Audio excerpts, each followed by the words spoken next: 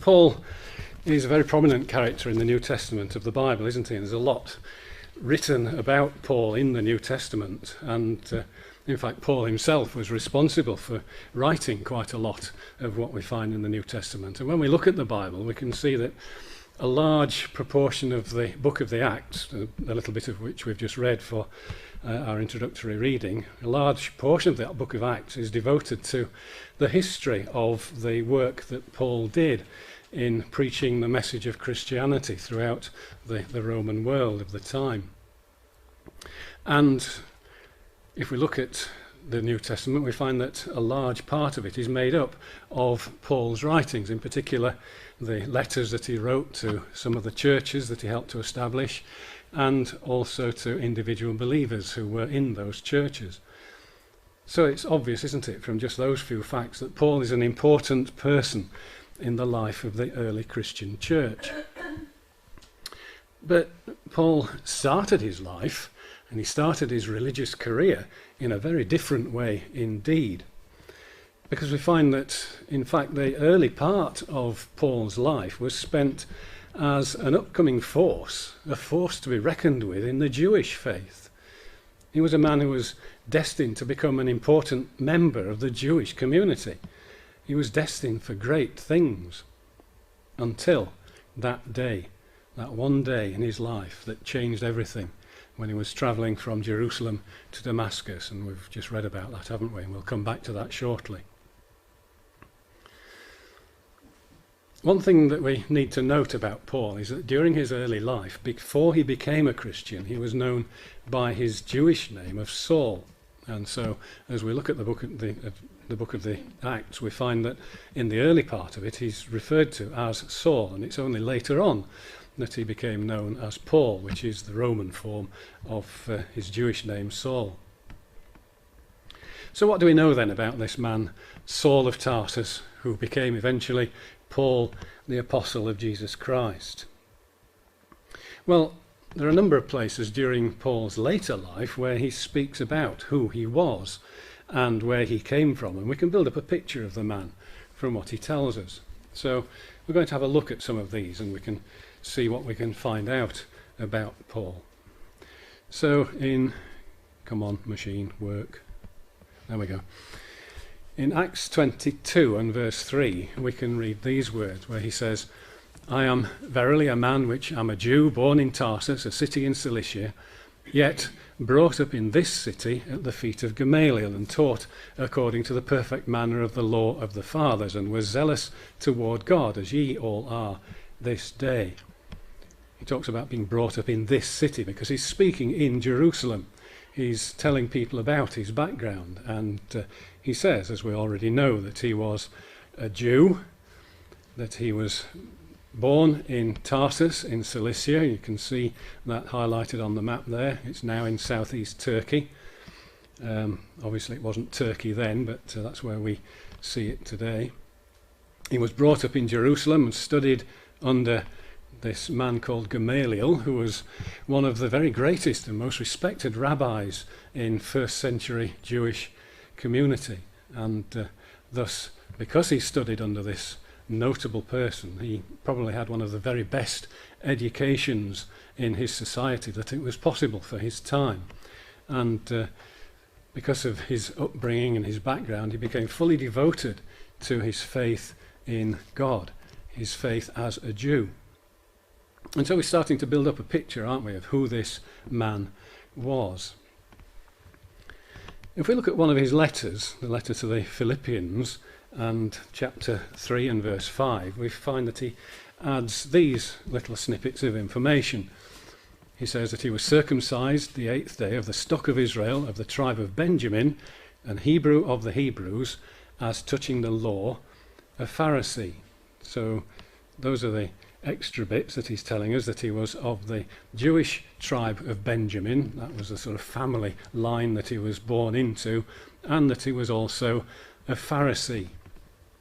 And in Acts chapter 23 and verse 6 he adds this, where he says, I'll just pick it up in the middle of the verse. He says, Men and brethren, I am a Pharisee, the son of a Pharisee, of the hope and resurrection of the dead, I am called in question. So he's telling them there, isn't he, that he was not just a Pharisee in his background, but he was also born into a line of the family of Pharisees. So we can see then, can't we, in our summary slide, we can add those details as well, that he was from the tribe of Benjamin in the Jewish community, he was a Pharisee and the son of a Pharisee. Let's think for a moment about what a Pharisee was, because I think that helps us to understand something more of what Saul of Tarsus was. And this is a description of what the Pharisees were, taken from Wikipedia. It tells us that the Pharisees were at various times a political party, a social movement, and a school of thought in the Holy Land during the time of the Second Temple Judaism. After the destruction of the Second Temple in 70 CE, Pharisaic beliefs became the foundational, liturgical and ritualistic basis for rabbinic Judaism. There's a lot of jargon in there, isn't there? But I think we can see from that they were really less of a religious organisation than a political one. And so I think we can build up a sort of summary of what the Pharisees were, at least thinking it particularly from the religious point of view, because despite their political leanings, they also were very strong in their religious beliefs. They were strong believers in the Torah, and that's the first 5 books of the Old Testament as we have them, the 5 books of Moses, which was the written law that the Jews believed. And they were very strong believers in what the Torah says. But they also developed an oral law, which was a commentary on those first 5 books of Moses called the Torah, and they used this oral law to explain the laws that were given in the Torah and to explain how to carry out the commandments that were written in the Torah. And to some degree, the oral law actually became more important to them than the written law of Moses. They also believed in an afterlife, and they believed in the resurrection of the dead. So this is the way of thinking that Saul of Tarsus was brought up into. His father being a Pharisee, he would have been steeped in this way of thinking from a very early age. And in Acts chapter 22 and verses 3 to 5, he gives a description of how he responded to this upbringing in his attitude to the early Christian church. He says, I am verily a man which am a Jew, born in Tarsus, a city in Cilicia. We've seen that, haven't we? And he says, he was zealous toward God, as ye all are this day.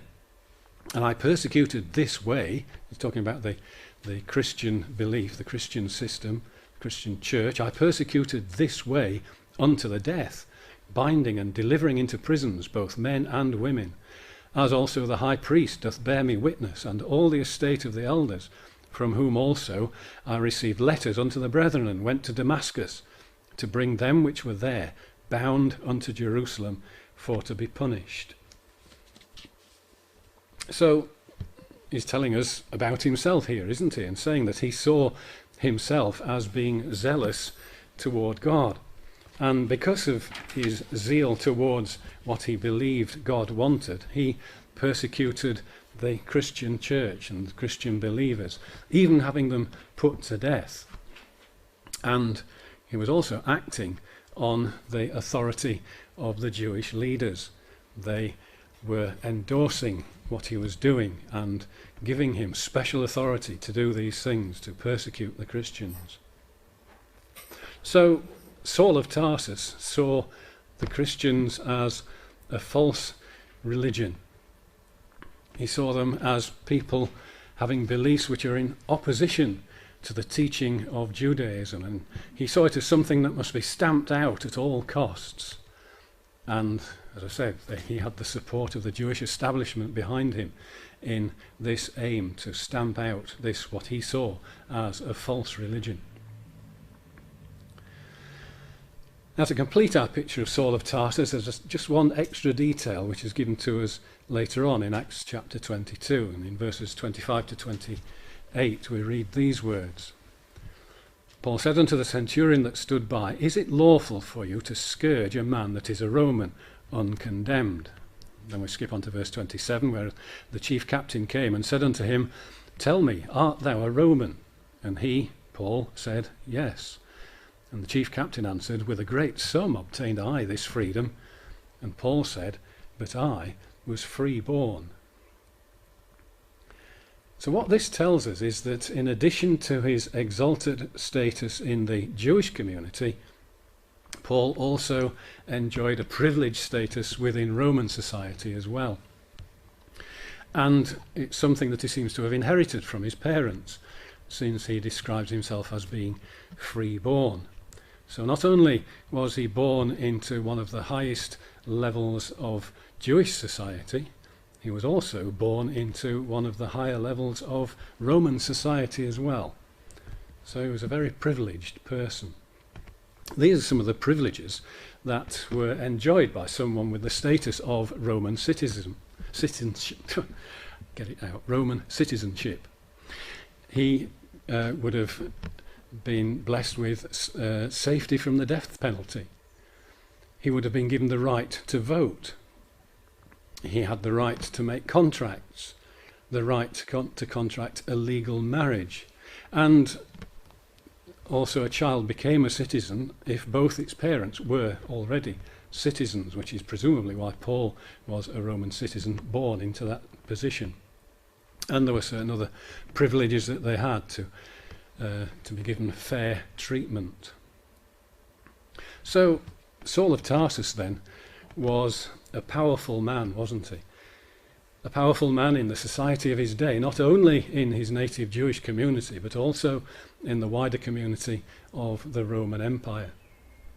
He was a man destined for greatness in many possible ways.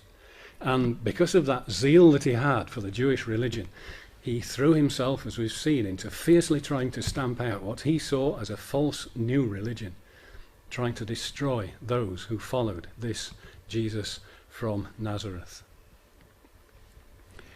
But it would have been impossible for him to have been ignorant of Jesus, wouldn't it? And it would have been impossible for him to have been ignorant of Jesus' teachings and the miracles that he did. He would certainly have known all about the trial and the crucifixion of Jesus, and he would have heard what he thought of as tales of the resurrection of Jesus. He might well have heard about the day of Pentecost, which is recorded for us in the 2nd chapter of the book of the Acts, when the speech from the Apostle Peter resulted in thousands of converts to Christianity. Saul of Tarsus would no doubt have witnessed the continual growth of the Christian church, despite all his efforts and the efforts of others to try and crush it. It had expanded from 120 members at the beginning of the book of the Acts to add another 3,000 in that incident in chapter 2 when Peter spoke to the people, and another 5,000 added to them in Acts chapter 4, and the church just continued growing almost exponentially. And Acts chapter 6 tells us that even many of the Jewish priests were becoming converts to Christianity. So Saul would have known all about this. And he would have known about the miraculous release from prison of the apostles who had been put in prison by the Jewish authorities. That's recorded in Acts chapter 5. And he would have known about the warning from Gamaliel, the man he'd studied under, who warned the people to be careful about what they did with these apostles of Jesus Christ. And it's certain, because the record tells us, that Saul was there to hear the speech in chapter 7 of the Acts that Stephen made, defending the Christian beliefs and showing how they were brought out of the true Jewish beliefs. And he would have known of the fact that nobody could oppose the words that Stephen spoke, and their only answer to stop Stephen having influence on the people was to kill him, and Saul himself was there approving of his execution.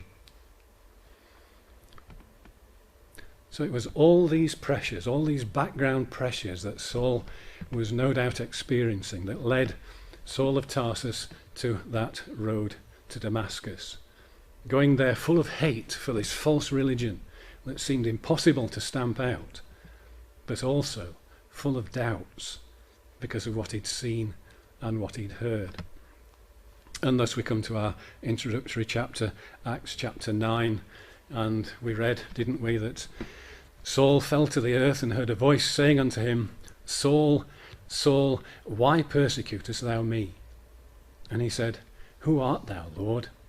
And the Lord said, I am Jesus, whom thou persecutest. It is hard for thee to kick against the pricks.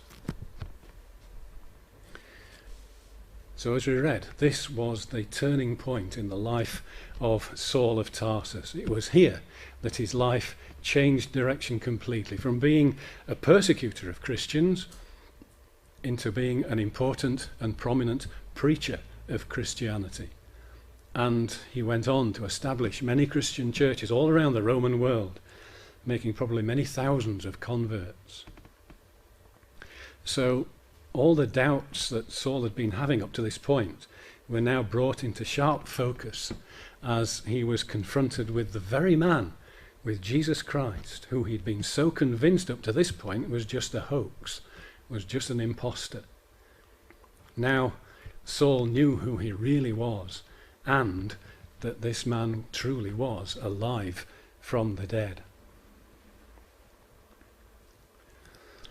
Now, we don't have time in a short talk such as this to go into all the details of the events in the life of Saul from here onwards, but I think we can summarise what happened with him and get a picture of how he developed as a Christian believer and eventually started his preaching campaigns all around the Roman world.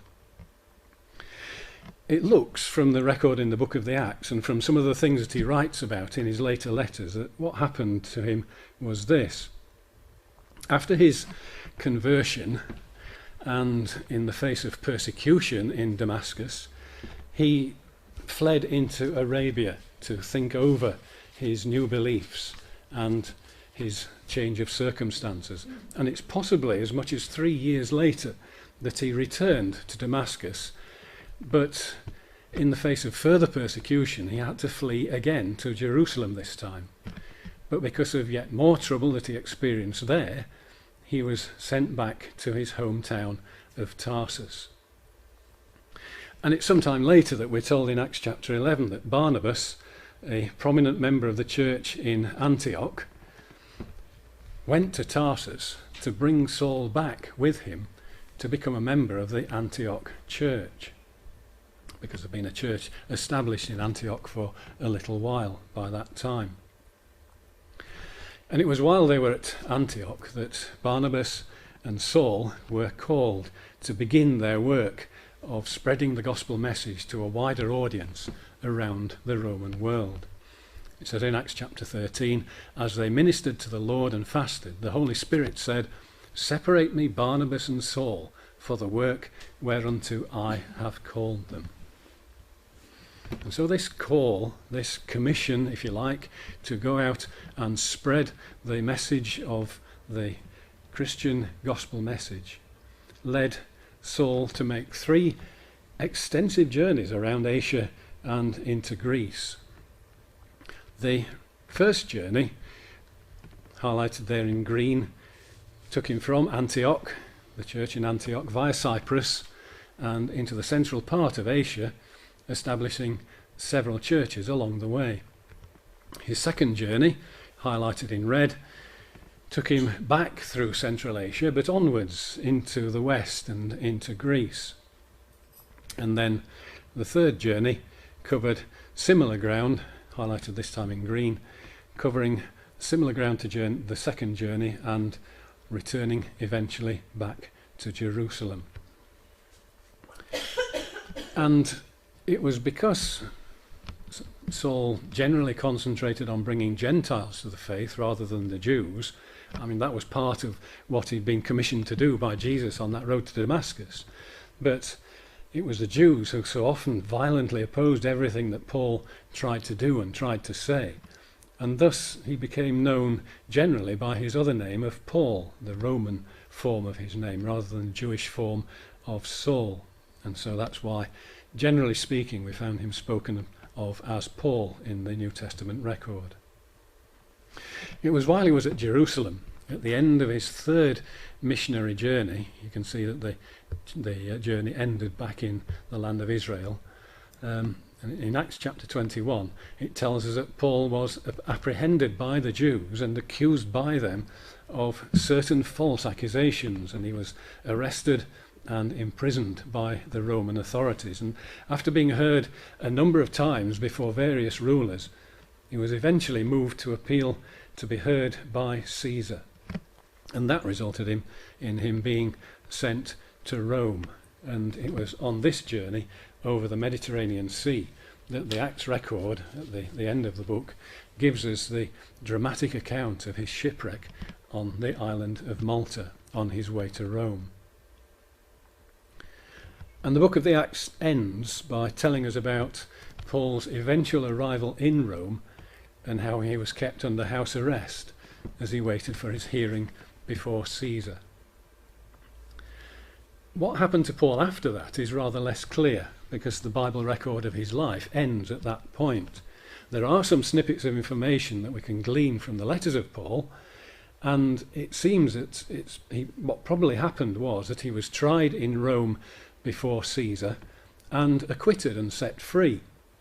And he took the opportunity to do more travelling and preaching, and it's possible that he even went as far afield as into Spain. But at some point it seems that he was rearrested and found himself again in prison in Rome, and this time he was tried and he was condemned to death. And it's possible that he was sent to the lions in a Roman arena. None of that is absolutely certain, but that's possibly what happened to him. And we're told very little about his later life in the Bible record. So that then is a brief look at the life of this man who started his life as a persecutor of the Christian church, but spent most of his life as a preacher of that he had originally tried to stamp out. And he ended his life by dying for the beliefs that he had. But more important than all these details of the life history of the Apostle Paul is to ask ourselves, what did he believe? What did he preach? What was it that made him give his life over after his conversion to spreading the beliefs that he held? Well, if we go back to his background, we remember how he started his life as a man who had his beliefs firmly founded in Old Testament Judaism. And he believed in the promises that were made by God in the Old Testament to his ancestors. Promises about the Jewish nation being God's special people, a people who would eventually come to rule the world. He believed that the kingdom of God was eventually going to be established in Israel, and it would have its influence worldwide. And he would believe that someone would come, a Messiah would come, who would become king in that kingdom of God and rule the whole world. It was only after his conversion that Paul could see that it was Jesus of Nazareth who was indeed that Messiah. And it was Jesus of Nazareth who was destined to be that king of the kingdom of God. And also that he was the only one through whom mankind could have any hope of a future life. That all the promises and the hopes that were presented in the Old Testament were in fact fulfilled in Jesus.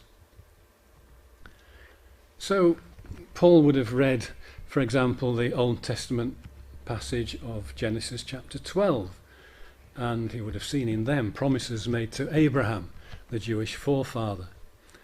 The Lord said unto Abraham, I will make of thee a great nation, and I will bless thee and make thy name great, and thou shalt be a blessing.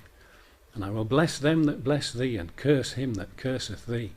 And in thee shall all families of the earth be blessed.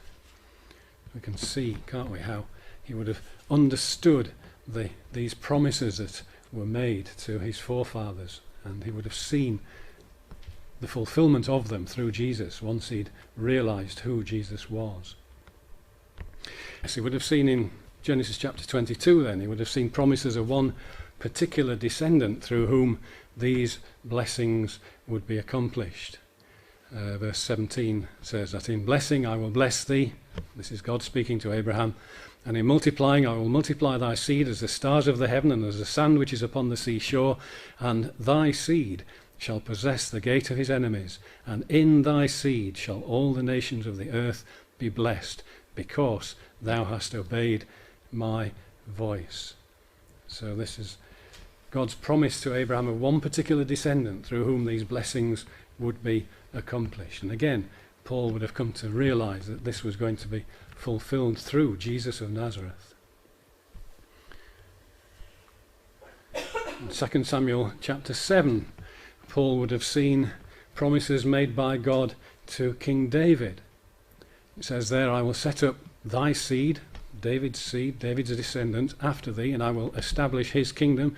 He shall build an house for my name, and I will establish the throne of his kingdom forever. I will be his father, and he shall be my son. And thine house and thine kingdom shall be established forever before thee. Thy throne shall be established forever. So he would have seen from this passage that promise of one particular descendant of David who would become king of Israel. He would have seen that one particular descendant would have established a kingdom that would last forever. And that this descendant would in fact not only be a direct descendant of David himself, but also be the Son of God himself.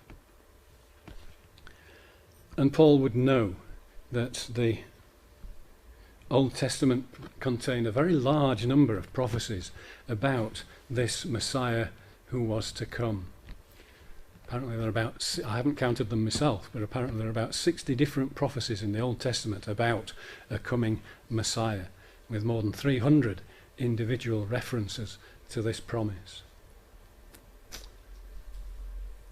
So Paul would understand, wouldn't he, that the Old Testament spoke about this in a number of different ways, telling of a prophet who was to come, one who would be like Moses in many ways, that this person would be a descendant of David, who would be like David in character in many ways, David being described as a man after God's own heart, a man who tried to think like God did. He would have known that the Old Testament prophecies spoke of a descendant of Abraham, who would share Abraham's faith and Abraham's determination to obey God.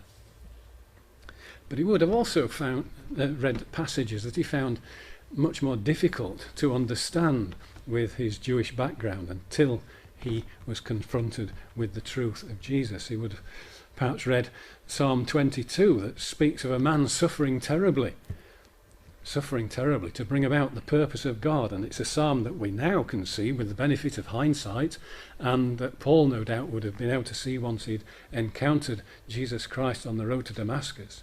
That this psalm was speaking in amazing detail about the crucifixion of Jesus Christ and foretelling what was going to happen and telling why as well. You would have read Isaiah chapter 53 that speaks of the Messiah being sacrificed to fulfill the purpose of God. The idea of Messiah being sacrificed was something that went so much against what the Jews wanted to believe. And Psalm 16, which speaks of the resurrection of Messiah. Paul, of course, in his early days, like most Jews, if not all the Jews, had been expecting the Messiah to come because the scriptures said that he would come. But few of them, if any of them at all, realized that the Messiah had a role as a sacrifice, that Messiah had to die and had to be raised again to life. Despite the fact that the Old Testament scriptures spoke about this, they only saw the role of the Messiah as a king and expected that king to take over the world. And certainly in the context of the Roman Empire, they would have seen him as someone who would rescue them from Roman domination. But of course, because Jesus of Nazareth had been arrested, Jesus had been crucified, and thus, as far as they were concerned, he was dead, then Paul, along with many of the other Jews, would have come to the conclusion that he must have been an impostor. He couldn't have been the Messiah at all. And so this religion based on belief in the risen Christ must have been false and had to be stopped. But we've seen, haven't we, on the Damascus road, how Paul met the risen Messiah. He met Jesus Christ, and from then on he was convinced of the truth about him, and he preached Jesus as the only one through whom we can be saved. He preached in words like these in Acts chapter 17, where he said, God hath appointed a day in which he will judge the world in righteousness by that man whom he hath ordained, whereof he hath given assurance unto all men, in that he hath raised him from the dead. In Acts chapter 26, he says, I continue unto this day witnessing both to small and great, saying none other things than those which the prophets and Moses did say should come, that Christ should suffer, and that he should be the first that should rise from the dead, and should show light unto the people and to the Gentiles. And that's a remarkable passage, isn't it? The way that he emphasizes the things that were written in the Old Testament, which were misunderstood by so many, actually spoke clearly about the Messiah, the Christ, who would go through all these things in the purpose of God. So it was the fact of the risen Christ that changed Paul from persecutor to preacher. For him, it was the most important event in the whole of human history, because it changed everything. Instead of being lost with no hope, mankind now had a hope to look forward to, because Jesus had made it possible for us to be reconciled to God and to be able to look forward to a future where sin and death were no more the curse of mankind. The promise of a future where the beauty and the loveliness of a world ruled by God through Jesus Christ, his Son, would result in all the promises and all the hopes that were made in the Old Testament scriptures becoming reality in the kingdom of God. So, Saul of Tarsus, a Jew who was full of zeal for the things of God, a man who fully believed that Jesus was an impostor and the Christian church was an abomination and should be stamped out, was brought abruptly to a stop on that road to Damascus. It was there that he realized who Jesus was and what Jesus represented. And he saw from then on that all the promises in the Old Testament Bible were fulfilled in Jesus, and that the only hope for any kind of meaningful future for people hinged on belief in Jesus. And it's through Paul's writings, along with all the other things that we can read in the Bible, that we too can learn about this wonderful hope for the future that Paul the Apostle spent the rest of his life preaching with such zeal and enthusiasm.